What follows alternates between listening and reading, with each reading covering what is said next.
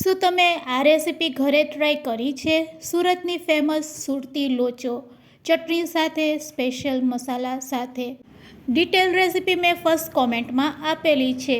તો ચણાની દાળ અને મગની દાળને આપણે પલાળી દઈશું. 4 કલાક પલળી જાય પછી તેમાં થોડાક પૌવા નાખી બધી વસ્તુને મિક્સ કરી મિક્સર જારમાં દહીં નાખીને આ રીતે આપણે બેટર તૈયાર કરવાનું છે. તેને ફેટી લેવાનું છે. ફરીથી તેને 7 કલાક માટે રેસ્ટ આપવાનો છે. આથો આવી જાય ત્યાં સુધી આપણે મસાલો અને ચટણી બનાવી લેશું.